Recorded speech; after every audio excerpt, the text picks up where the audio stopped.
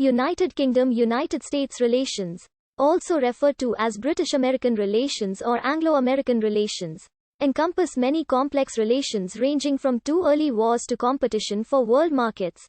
Since 1940, both countries have been close military allies enjoying the special relationship built as wartime allies and NATO partners. The two nations are bound together by shared history, an overlap in religion and a common language and legal system, and kinship ties that reach back hundreds of years, including kindred, ancestral lines among English Americans, Scottish Americans, Welsh Americans, Cornish Americans, Scotch-Irish Americans, Irish Americans, and American Britons, respectively. Today, large numbers of expatriates live in both countries. Through times of war and rebellion, peace and estrangement, as well as becoming friends and allies, Britain and the US cemented these deeply rooted links during World War II into what is known as the special relationship. In long-term perspective, the historian Paul Johnson has called it the cornerstone of the modern democratic world order.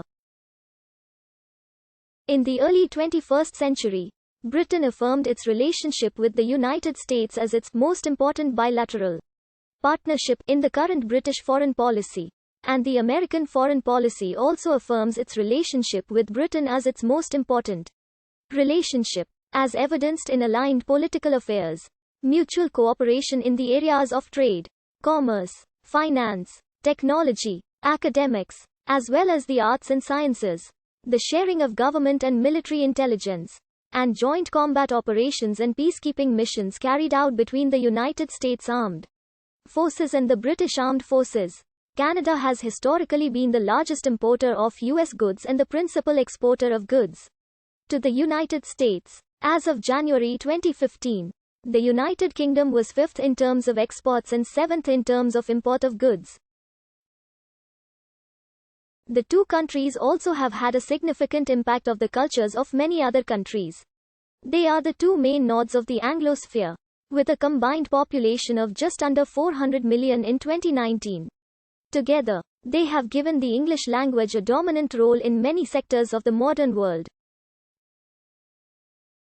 The special relationship characterizes the exceptionally close political, diplomatic, cultural, economic, military, and historical relations between the two countries.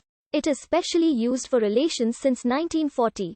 After several failed attempts, the first permanent English settlement in mainland North America was established in 1607 at Jamestown in the colony and Dominion of Virginia.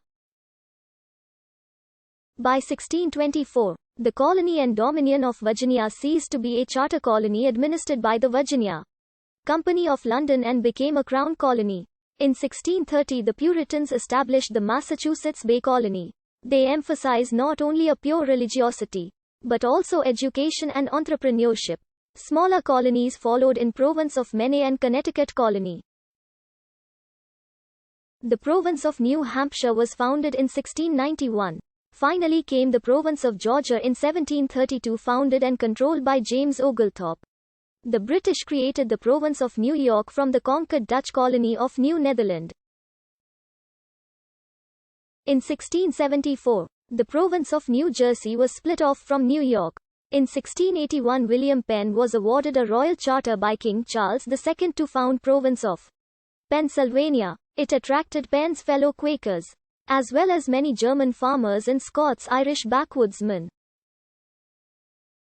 The colonies each reported separately to London. There was a failed effort to group the colonies into the Dominion of New England. 1686–89.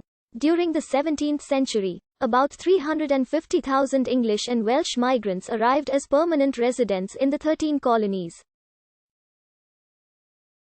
In the century after the Acts of Union, this was surpassed in rate and number by Scottish and Irish migrants. During British colonization, liberal administrative, juridical, and market institutions were introduced, positively associated with socio-economic development.